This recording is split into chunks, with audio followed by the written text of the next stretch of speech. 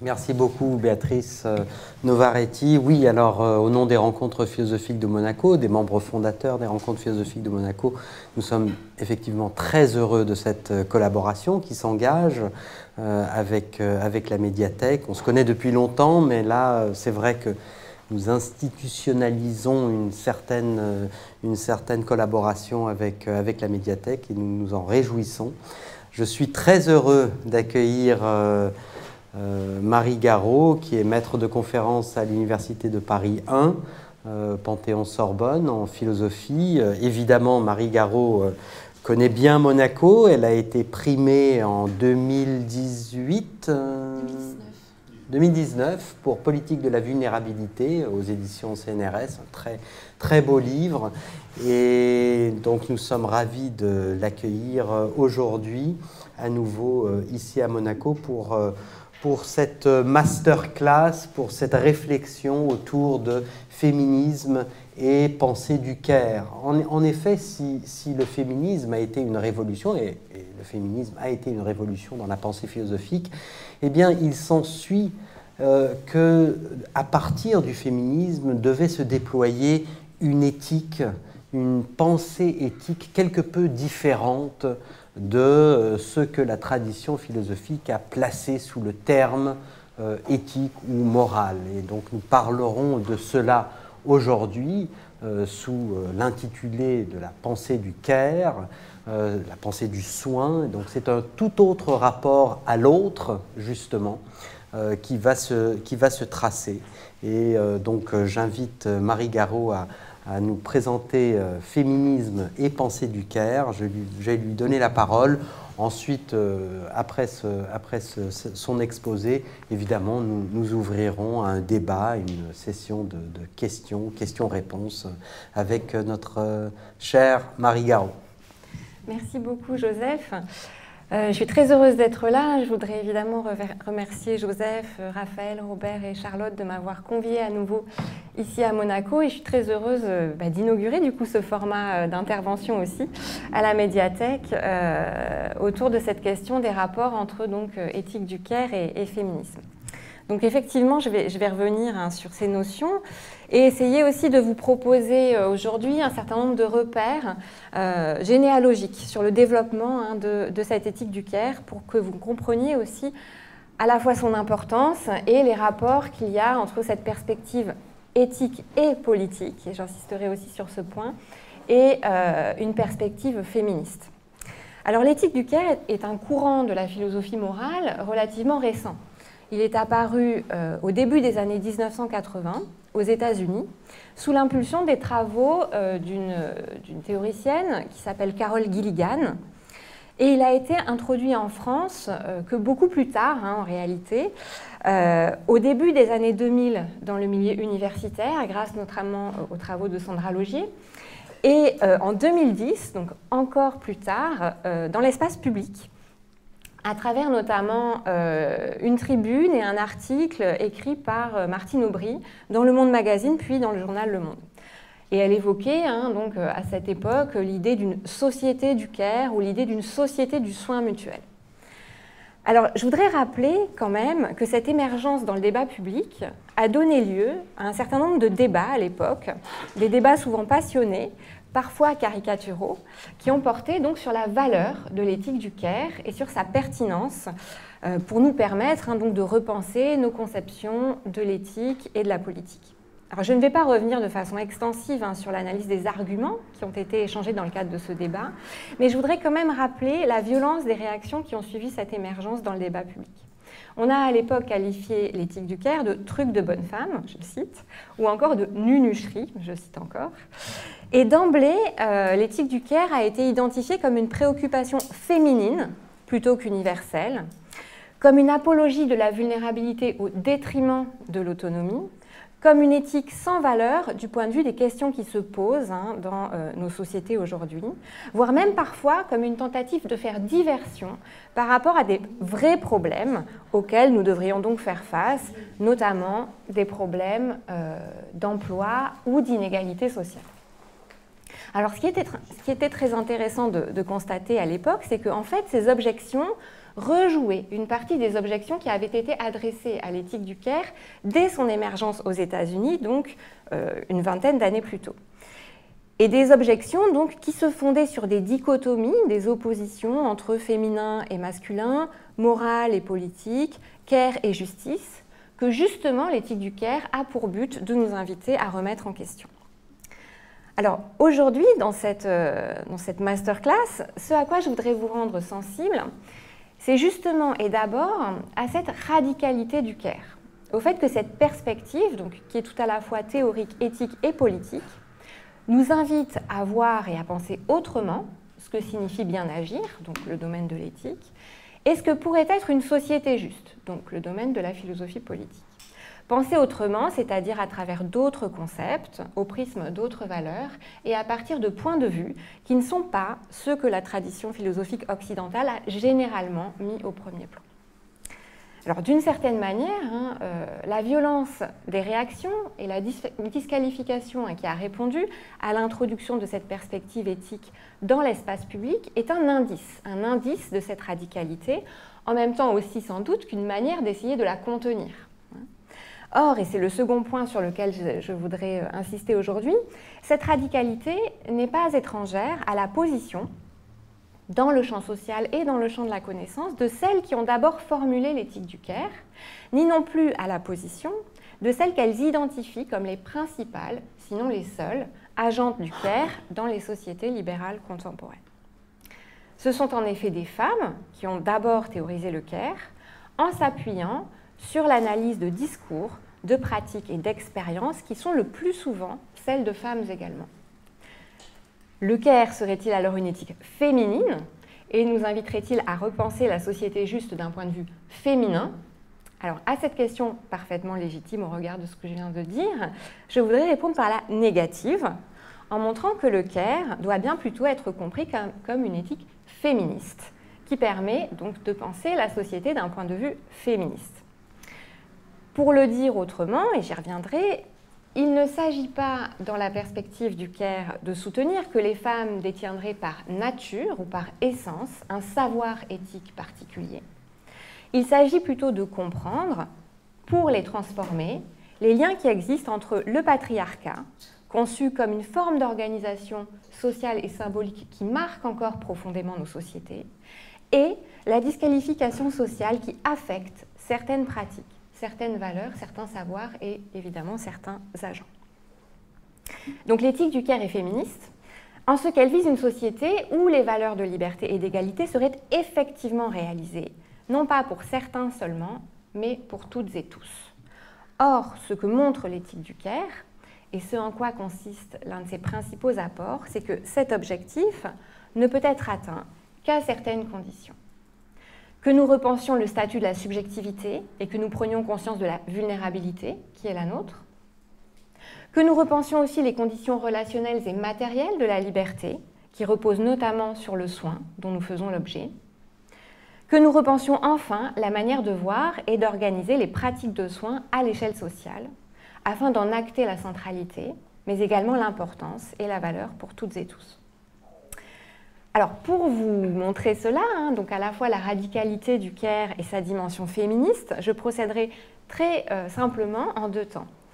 Je reviendrai d'abord sur la première formulation de l'éthique du Caire dans le travail de Carol Gilligan, afin de rappeler les éléments constitutifs de cette éthique, mais aussi d'indiquer en quoi le travail de Gilligan à ce moment-là laisse ouvertes certaines questions qui vont devoir être reprises et impulser une nouvelle manière de considérer le Caire.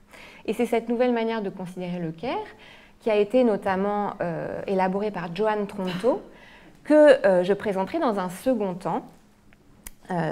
Et je reviendrai à ce moment-là plus précisément sur les implications politiques de cette perspective éthique.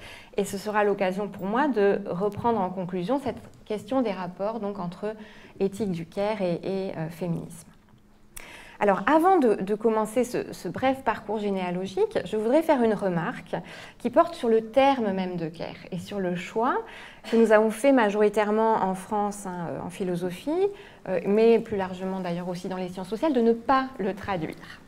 Alors, ça n'est pas l'expression d'une forme de snobisme intellectuel, hein, pas du tout, mais c'est simplement une manière d'acter le fait que ce terme de care est en fait un terme polysémique.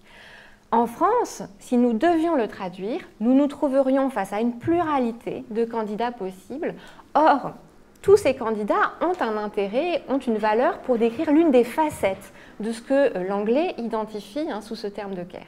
On pourrait le traduire par sollicitude, par attention, par souci, par soin. Et dans chacun de ces cas, on mettrait l'accent sur l'une des dimensions du concept, sa dimension affective, à travers le terme de sollicitude, une dimension que l'expression « to care for » en anglais recèle par exemple. Ou alors hein, sa dimension cognitive et perceptive, que le terme de souci hein, exprime lui davantage. Et ici, c'est plutôt l'anglais « to care about hein, » qu'on retrouve. Ou encore, évidemment, bien sûr, le terme de soin, to take care of, to give care, qui lui met l'accent sur la dimension pratique, matérielle, sur l'activité qui est impliquée hein, sous ce terme de care. Donc vous voyez bien que tous ces termes renvoient à des aspects différents, mais que le concept anglais, hein, lui, permet de condenser. Et c'est la raison pour laquelle, en France, parce qu'il s'agit donc d'un concept, hein, nous avons décidé de conserver le terme anglais, de ne pas traduire donc care, sinon, parfois, hein, en faisant référence donc en contexte à chacune de ces dimensions différentes. Alors, cela étant posé, j'en viens tout de suite donc à mon premier moment et au point de départ hein, de cette éthique du care. Donc, l'ouvrage qui a initié les travaux sur le care et qui a donné naissance à l'idée même d'une éthique du care est un ouvrage paru en 1982 et écrit donc par Carol Gilligan, qui s'intitulait en anglais In a Different Voice, Psychological Theory and Women's Development. Donc, d'une voix différente, la théorie psychologique et le développement des femmes. Je rappelle le titre anglais parce qu'en français, on l'a traduit par une voix différente pour une éthique du care. Ce qui évidemment restitue hein, la finalité qui est celle de Gilligan, mais qui en même temps masque un certain nombre de choses, et notamment le fait que Gilligan est une psychologue du développement moral. C'est-à-dire qu'elle s'intéresse à la question de savoir comment les individus acquièrent une forme de maturité morale, c'est-à-dire les concepts et les capacités qui leur permettent à la fois de décrire ce que signifie qu'agir moralement et donc évidemment aussi d'agir moralement. Et ça, c'est important évidemment pour savoir à la fois à quoi Gilligan répond, mais aussi à quoi elle ne répond pas. Donc le point de départ de Gilligan dans ce livre, c'est un constat double. D'abord un constat théorique. Ce que note Gilligan, c'est que dans la plupart des théories classiques du développement moral, qui donc modélisent ou essayent de penser le développement moral des individus, les femmes sont traditionnellement décrites comme étant moins matures psychologiquement que les hommes. Ensuite, il y a un constat empirique. Dans les enquêtes qu'elle conduit, puisque la psychologie morale est une discipline qui repose sur des enquêtes au long cours, Gilligan se rend compte qu'un certain nombre d'individus, plus particulièrement les femmes, mais pas seulement les femmes, font état de préoccupations morales qui ne rentrent pas ou qui rentrent mal dans le cadre théorique qui est dominant en psychologie morale. Et alors, sur la base de ces deux constats, Gilligan va faire un geste qui est typique de la réflexion féministe. Plutôt que d'accepter les conclusions des théories morales, donc les femmes seraient moins matures que les hommes sur le plan moral, elle va postuler que le problème ne vient pas des femmes, mais des théories du développement moral et des présupposés non interrogés sur lesquels ces théories reposent. Alors à l'époque où elle écrit, la conception dominante du développement moral, c'est une conception qui a été élaborée par un de ses collègues à Harvard, qui est donc le psychologue du développement moral Lawrence Kohlberg, qui présente le développement moral des individus à travers une théorie des stades de développement. Et donc Kohlberg identifie 6 stades différents. Les stades 1 et 2 correspondent à ce qu'il appelle l'attitude morale préconventionnelle. C'est un moment de l'existence où l'individu évalue les situations et ce qu'il doit faire en se rapportant exclusivement à ses intérêts égocentriques. À cela fait suite ce que Kohlberg appelle une attitude morale conventionnelle, c'est le moment où l'individu identifie les règles morales aux règles qui valent dans sa communauté d'appartenance et donc détermine ce qu'il convient de faire en référence aux règles de cette communauté. Et enfin, les deux derniers stades, 5 et 6, correspondent à ce que Kohlberg appelle l'attitude post-conventionnelle, qui est l'attitude pleinement morale. C'est le moment où l'individu devient capable de mettre en question les règles qui valent dans son groupe d'appartenance en se référant à des principes qui pourraient valoir universellement.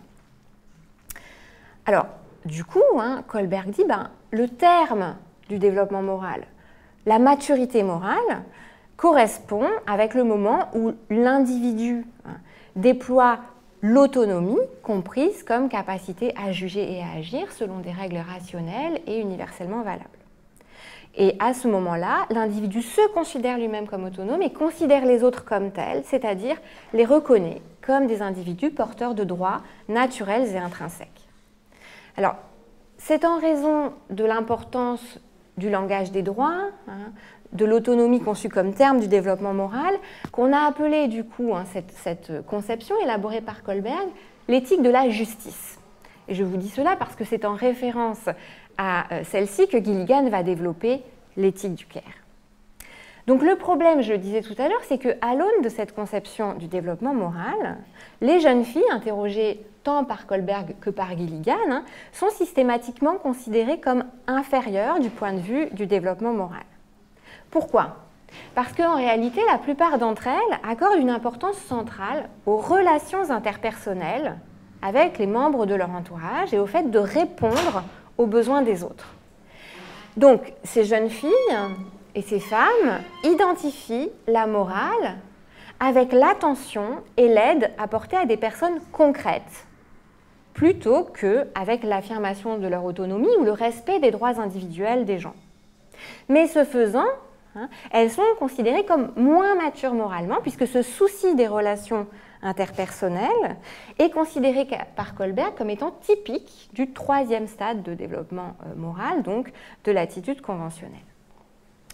Alors, le travail de Gilligan est en fait une réaction critique à cette idée et à la manière dont Kohlberg et sa théorie conduisent à décrire cette préoccupation morale que beaucoup de femmes mettent au premier plan. Donc la question que Gilligan soulève, c'est la suivante. L'incapacité des femmes à se hisser au stade supérieur du développement moral est-elle le symptôme d'un problème inhérent aux femmes, comme elle le dit, ou au contraire, l'indice d'un problème dans la théorie ? Et alors cette question se pose avec d'autant plus d'acuité, évidemment, que les théories classiques de la psychologie morale ont le plus souvent été élaborées par des hommes sur la base d'enquêtes menées auprès d'hommes et de jeunes garçons. Et notamment, la théorie des stades de Kohlberg a été élaborée sur la base d'une enquête très longue, effectuée pendant 20 ans auprès d'un échantillon de 24 sujets masculins. Donc à cet égard, il n'est pas absurde de penser, de postuler que les faibles performances des filles à l'aune de la théorie puissent être dues à l'existence d'un biais dans la construction de la théorie elle-même. Donc c'est là l'hypothèse que va faire évidemment Gilligan. Je cite un tout petit extrait d'une voix différente. Elle écrit la chose suivante. « Les difficultés qu'éprouvent les femmes à se conformer aux modèles établis de développement humain indiquent peut-être qu'il existe, donc dans les théories, un problème de représentation, une conception incomplète de la condition humaine, un oubli de certaines vérités concernant la vie. » Alors, ces rappels permettent évidemment de comprendre l'enjeu du travail de Gilligan. Pour elle, il va s'agir d'abord de donner à entendre et de prendre au sérieux cette préoccupation morale, cette voie morale le plus souvent adoptée par des femmes et qui est généralement disqualifiée dans les théories traditionnelles. Par conséquent et dans le même temps, il va s'agir de corriger la conception de la condition humaine et de la vie morale que véhiculent ces approches traditionnelles. Donc c'est cette perspective ou cette voie morale différente que Gilligan va baptiser donc l'éthique du Caire. Et là, je fais juste une petite incise, mais vous voyez que différente ici doit se comprendre en un sens précis. C'est différente par rapport à quoi ? Bien, par rapport à ce que les théories traditionnelles du développement moral identifient comme la voie morale et la maturité morale. c'est pas différente au sens où c'est la voix des femmes spécifiquement. C'est différente au sens où c'est la voix qui n'est généralement pas entendue, pas reconnue comme étant pleinement morale dans les théories classiques. Bon, alors il se trouve que c'est le plus souvent une voix utilisée par les femmes. Mais ça n'est pas d'abord en ce sens qu'il faut comprendre la différence à laquelle se réfère Gilligan. Alors, quelles sont du coup les caractéristiques de cette perspective morale ou de cette voie morale, de cette éthique du Caire? Alors, pour le comprendre, je vais me tourner, et c'est souvent ce qu'on fait, mais parce que c'est tout à fait parlant, vers Amy et Jake. Donc, Amy et Jake sont deux enfants que Gilligan interroge dans le cadre d'une des enquêtes qui a servi de base donc, au livre Une voix différente. Amy et Jake sont deux enfants de 11 ans qui sont décrits comme étant également vifs. Ils ont de bons résultats scolaires, ils sont capables de résister aux stéréotypes de genre. Cependant, et c'est ce qui va intéresser Gilligan, leur manière d'aborder et de résoudre les problèmes moraux est très différente. Alors, dans le cours de l'entretien, Jake et Amy sont confrontés à un dilemme. Un dilemme mis au point par Kohlberg pour déterminer donc la maturité morale des individus, qui s'appelle, vous le connaissez peut-être, le dilemme de Heinz. Alors, je vous rappelle, ou je vous dis quel est ce dilemme, je vous lis la manière dont elle a été formulée par Kohlberg. Voici la situation et donc le dilemme qui s'ensuit. Donc, la femme de Heinz est très malade et risque de mourir si elle ne prend pas rapidement un médicament donné. Cependant, Heinz n'a pas les moyens de l'acheter. Il se rend tout de même chez le pharmacien pour lui demander le médicament en lui proposant de l'acheter à crédit. Le pharmacien refuse. D'où le dilemme. Heinz doit-il voler le médicament pour sauver la vie de sa femme ou doit-il s'abstenir de le voler au risque de la voir mourir? Donc, dans une enquête de psychologie morale, le chercheur, l'enquêteur, décrit cette situation à ses enquêtés, leur expose donc le dilemme final et puis leur demande d'expliquer comment ils résoudraient ce dilemme et de justifier ces réponses, d'expliquer pourquoi ils agiraient plutôt comme ci ou plutôt comme ça. Alors, Jake, quand il est confronté au dilemme, Jake n'hésite pas. Pour lui, Heinz doit voler le médicament, car, et là je cite un extrait de l'interview qui est reproduite dans le livre, si vous le lisez sur plusieurs pages, donc Jake dit « Une vie humaine a plus de valeur que l'argent ». Donc Jake construit le dilemme comme un conflit entre le droit de propriété d'un côté et le droit à la vie de l'autre. Et il juge que le droit à la vie est prioritaire, donc il conclut que le mari doit voler le médicament. Alors Gilligan souligne la maturité morale du jeune garçon déjà, notamment le fait que sa réponse traduit l'émergence d'une capacité à raisonner de façon abstraite, grâce à laquelle il est capable de mettre à distance les opinions d'autrui, de trouver par lui-même une solution qu'il juge satisfaisante au dilemme moral, mais aussi de se détacher de l'idée selon laquelle il existe des lois sociales données qui punissent le vol et qui, du coup, ne pourraient pas être mises en question. Donc, clairement, en faisant appel à une exigence morale supérieure aux lois humaines, Jake démontre sa progression vers le stade post-conventionnel. Amy. Alors, face au même dilemme, Amy ne démontre pas la même assurance. À la question de savoir donc, si Heinz doit voler le médicament, elle répond de la manière suivante, et là je vais la citer beaucoup. Eh bien, je ne pense pas. Il a peut-être d'autres moyens de s'en sortir sans avoir à voler le médicament. Il pourrait emprunter de l'argent, par exemple. Mais il ne devrait pas voler et sa femme ne devrait pas mourir non plus. Bon. Alors, quand on lui demande pourquoi Heinz ne devrait pas voler le médicament, elle répond la chose suivante. S'il volait le médicament, il sauverait peut-être la vie de sa femme, mais alors il risquerait d'aller en prison. Si sa femme retombait malade par la suite, il ne serait plus en mesure de lui procurer le médicament et la vie de sa femme serait de nouveau en danger. Il devrait discuter à fond du problème et trouver un moyen de réunir l'argent. Et finalement, parce que vous voyez bien que Amy du coup refuse en fait de répondre véritablement au dilemme. Et donc c'est très intéressant d'ailleurs parce que dans l'enquête, l'enquêteur insiste pour qu'elle réponde et progressivement on voit la jeune fille perdre aussi ses moyens et devenir mutique, ce qui est aussi intéressant à réfléchir. Mais bon, quoi qu'il en soit, Amy finit par blâmer le pharmacien qui refuse de venir en aide à Heinz et sa femme, et elle dit la chose suivante, si une personne possède quelque chose capable de sauver la vie d'une autre, elle aurait tort de ne pas lui donner. Alors, dans le modèle de Kohlberg, Amy se situe, en termes de maturité morale, en dessous de Jake, parce qu'elle ne reconstruit pas le dilemme de manière abstraite, en référence à des droits qu'il serait possible de hiérarchiser. Mais, du point de vue de Gilligan, la réaction d'Amy traduit moins une incapacité ou une infériorité morale qu'une compréhension différente de l'action morale. Pour Amy, le dilemme de Heinz ne renvoie pas à un problème logique lié à un conflit de droit, mais à un problème relationnel.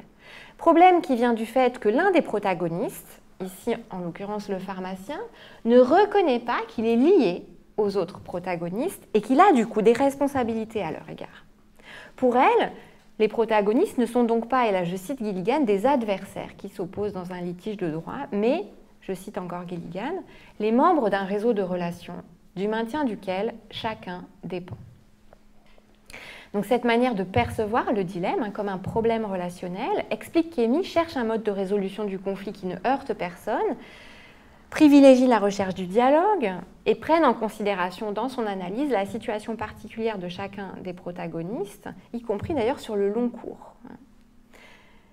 Et selon Gilligan, Amy exprime ce faisant l'intuition centrale de l'éthique du care, le fait que nous dépendons les uns des autres et que la préservation des relations constitue un enjeu moral tout aussi important que la quête de justice ou l'affirmation des droits. Donc à partir de cet exemple, qui est très parlant, on peut déterminer les caractéristiques principales de l'éthique du care par différence avec l'éthique de la justice. Comme l'écrit Gilligan, le problème moral, dans la perspective du care, est davantage donc provoqué par un conflit de responsabilité que par des droits incompatibles. Et il demande, pour être résolu, un mode de pensée plus contextuel et narratif que formel et abstrait. Elle ajoute, cette conception de la morale se définit par une préoccupation, donc care, fondamentale du bien-être d'autrui, et centre le développement moral sur la compréhension des responsabilités et des rapports humains, alors que la morale conçue comme justice rattache le développement moral à la compréhension des droits et des règles.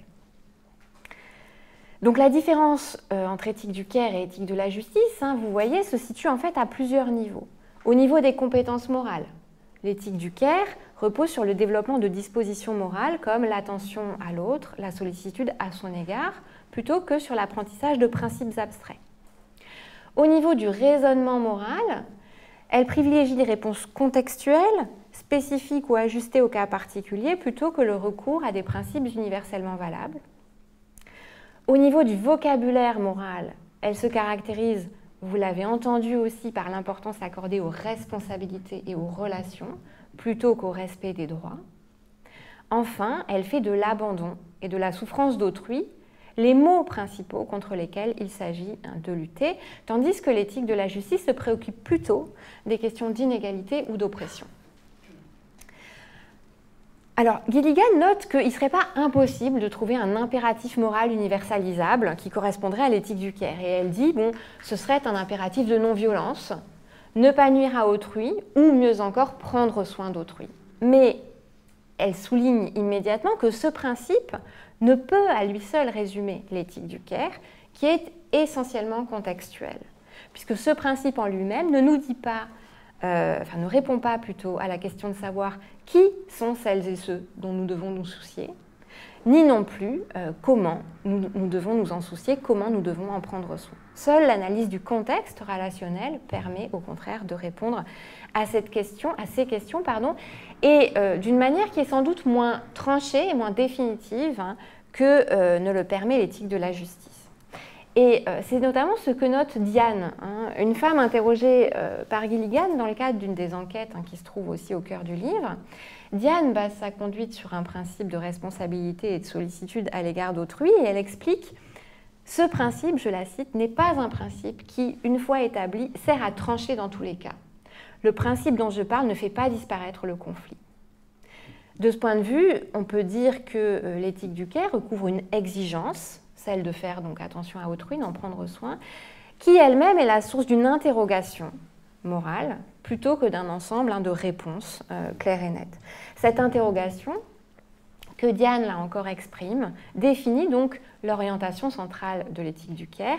Je cite à nouveau Diane, « Est-ce que tu prends soin de tout ce que tu estimes important, As-tu oublié ou négligé de t'occuper de tel ou tel problème?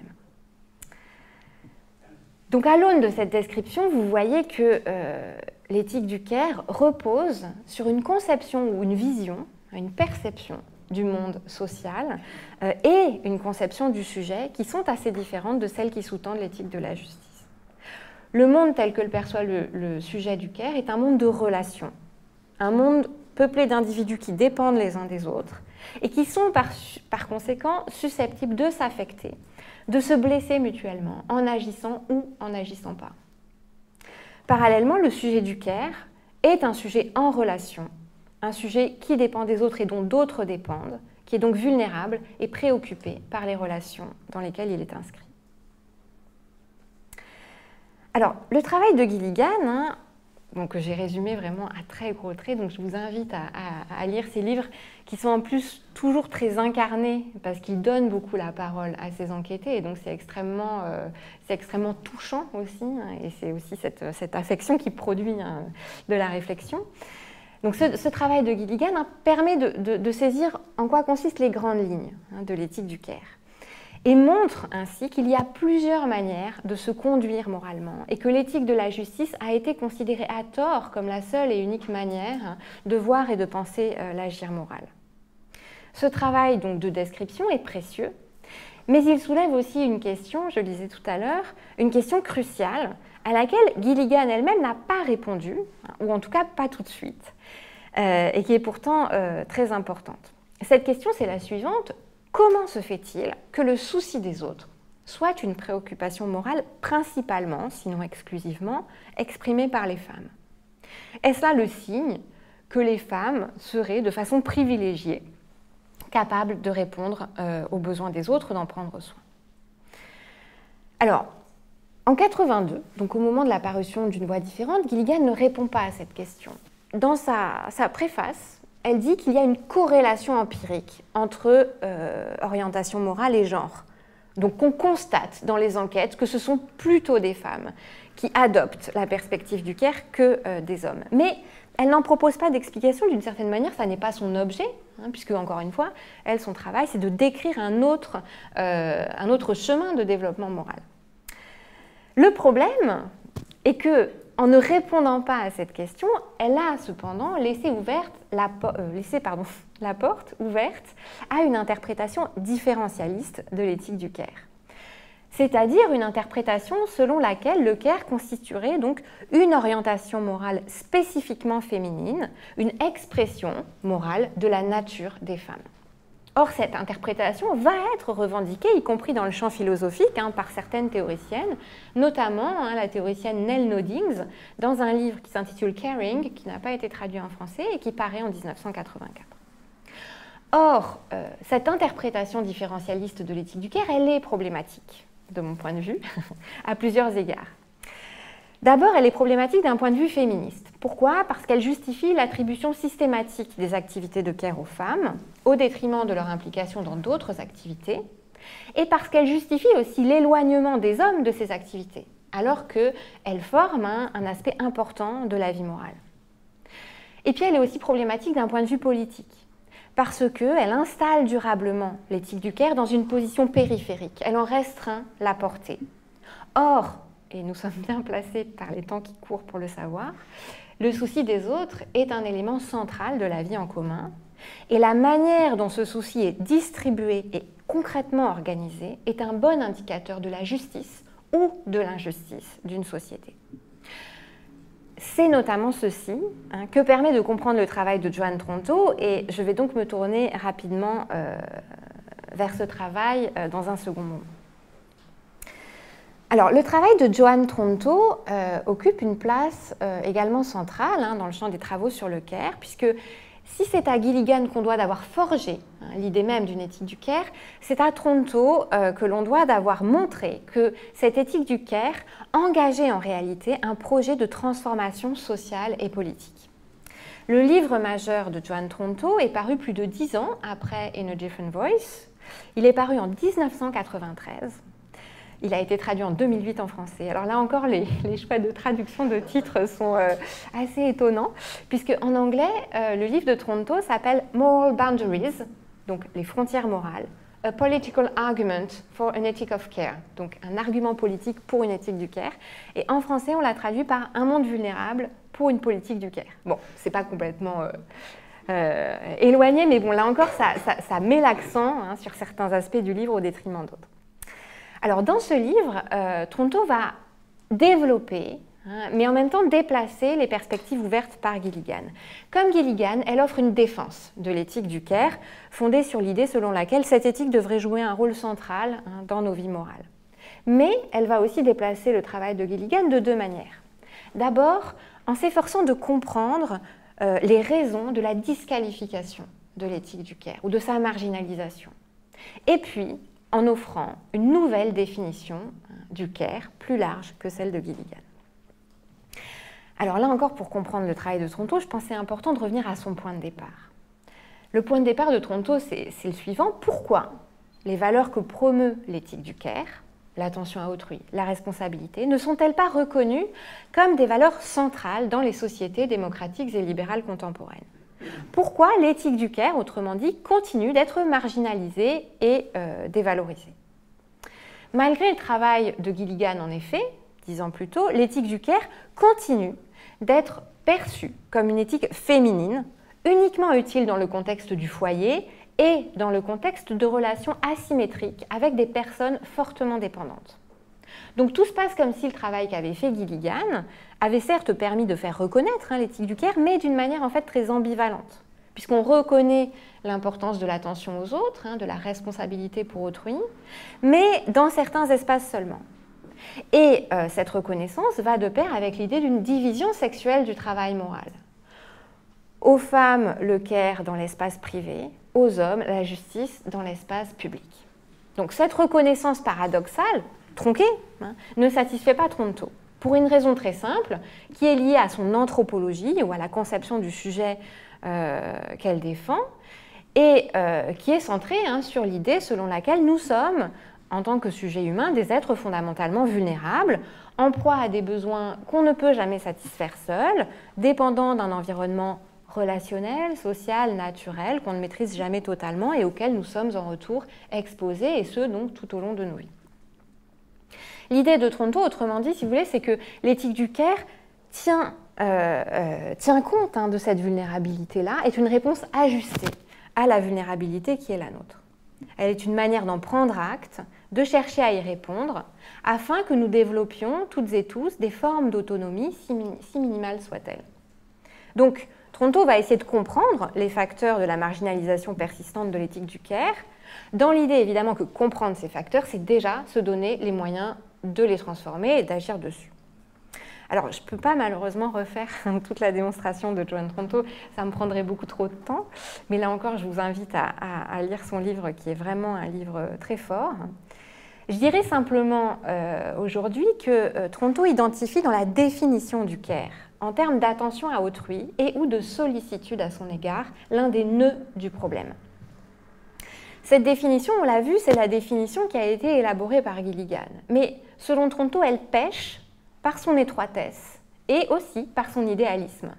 Elle fait du care une disposition morale dont certains agents sont dotés, mais ainsi elle donne prise à l'idée que l'éthique du care serait une éthique féminine, et surtout elle empêche de voir que les dispositions dont il s'agit, l'attention, la responsabilité, s'enracinent dans des activités ou dans des pratiques qui jouent un rôle social absolument central.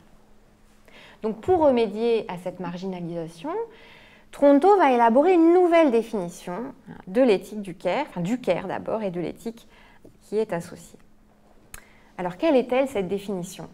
Elle présente deux caractéristiques principales. Première caractéristique, c'est une définition matérialiste, c'est-à-dire centrée sur les activités, les pratiques ordinaires et concrètes.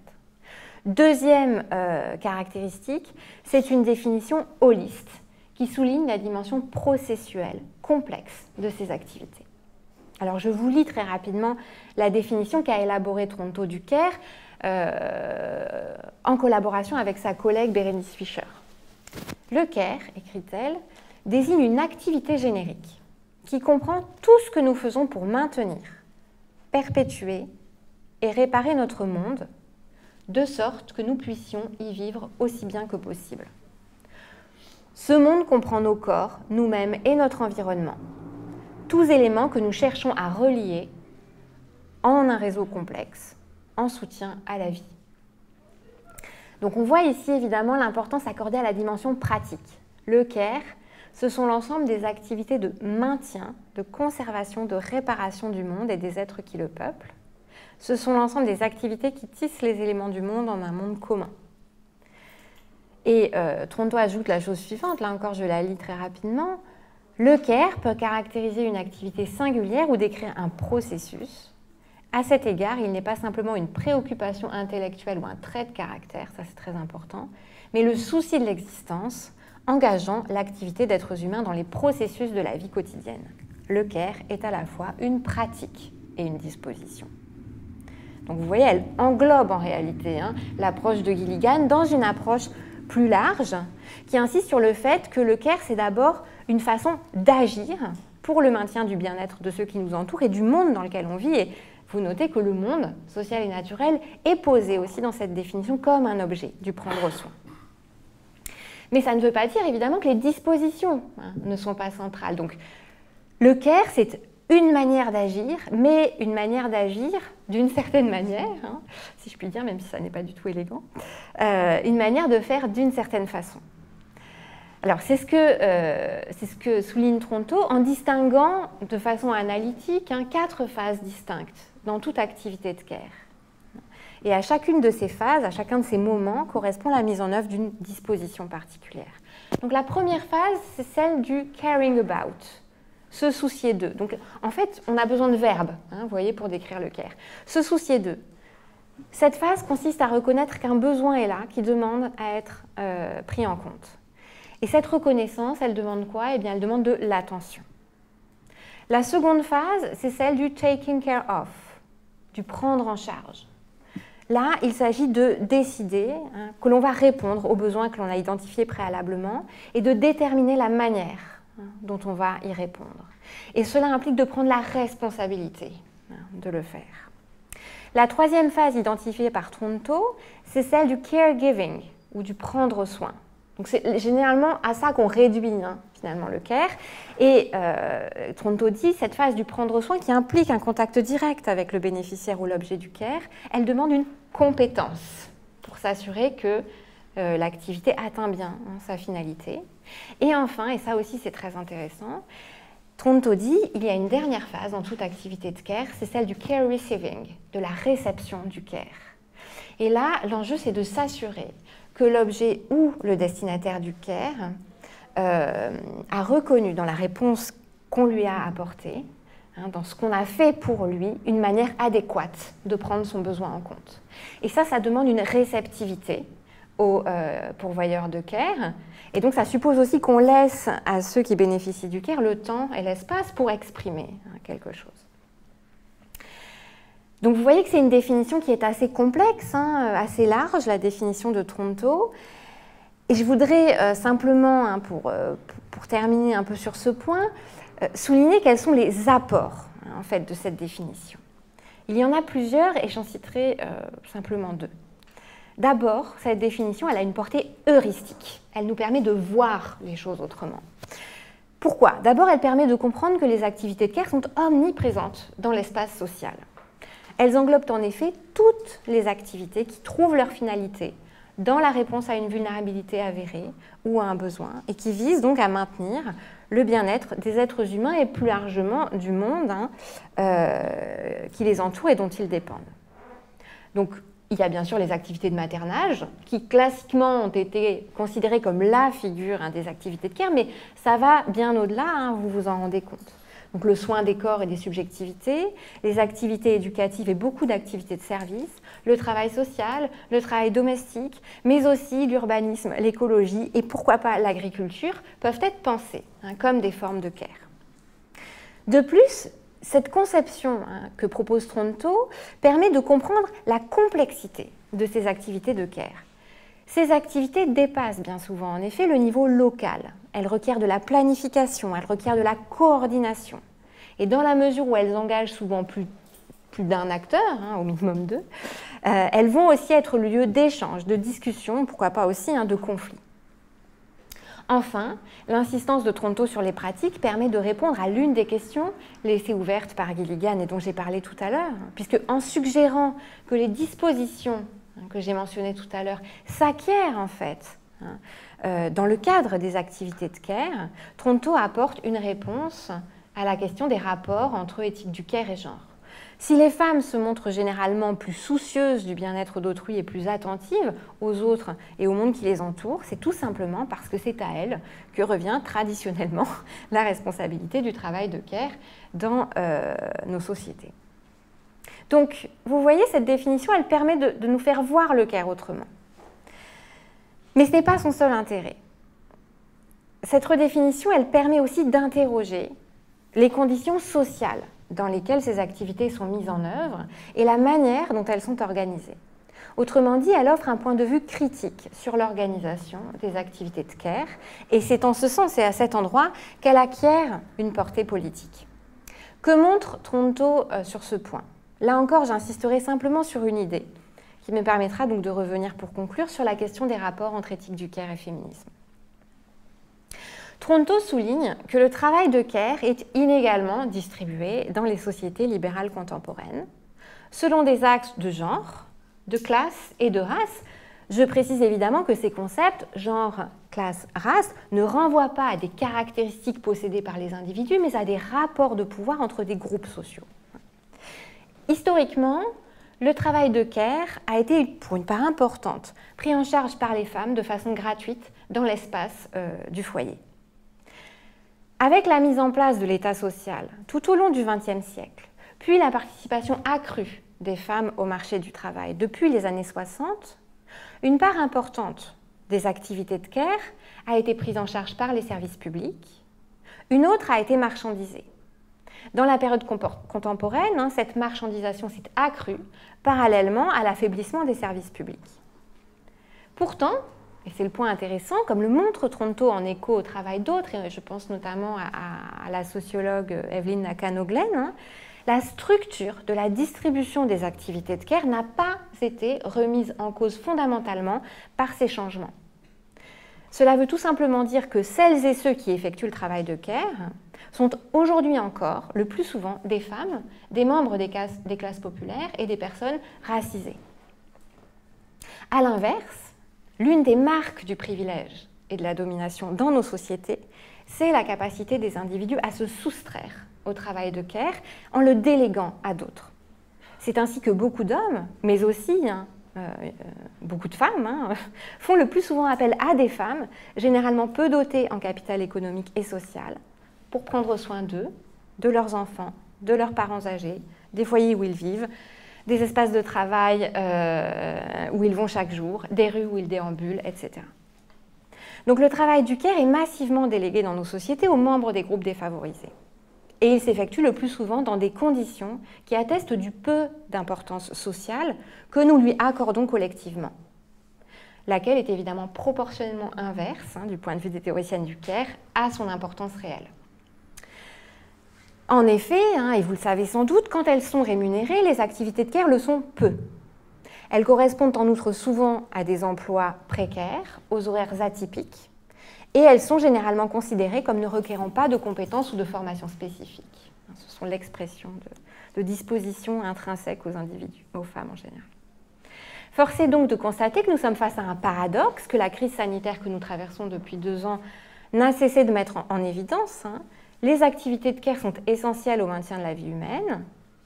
Pourtant, ces activités sont profondément dévalorisées et restent assignées aux groupes subalternes de la société. Or, cette distribution produit des effets problématiques.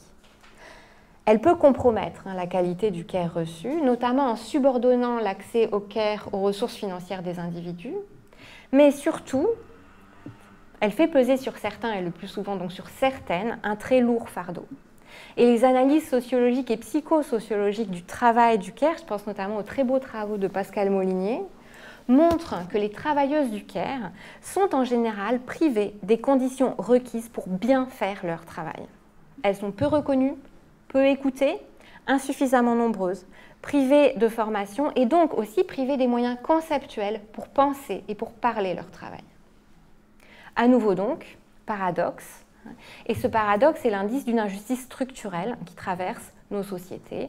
Personne ne prend soin de celles et ceux qui prennent soin des autres.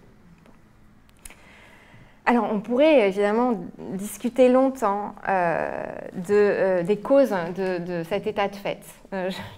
Bon, je n'ai pas vraiment le temps ici, mais quoi qu'il en soit de cette question et des facteurs qui pourraient expliquer cette situation, il est facile de voir du coup qu'en soulevant cette question cruciale, qui prend soin de qui et dans quelles conditions, les théoriciennes du care donnent à l'éthique du care une portée politique et ouvrent sur une conception nouvelle de la société juste qui est profondément féministe. Donc je conclurai sur ce point. Rendre le monde plus attentif. Voilà comment Joan Tronto résume la finalité politique du care. Mais qu'est-ce que ça veut dire concrètement? Ou pour le formuler encore, à quoi ressemblerait une société attentive ou une société du care, telle que ces théoriciennes l'appellent de leur vœu. Je vous propose quelques éléments de réponse et bien sûr de réflexion. Dans une telle société, chacun, chacune serait considéré et se considérerait comme un sujet indissociablement vulnérable et capable, pour reprendre la belle expression de Martha Nussbaum.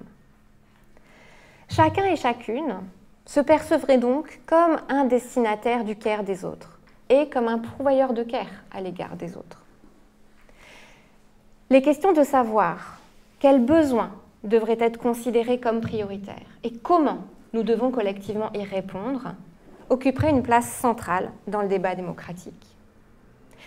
Dans ce débat, la voix des destinataires de care, mais aussi celle des travailleuses du care, serait particulièrement considérée.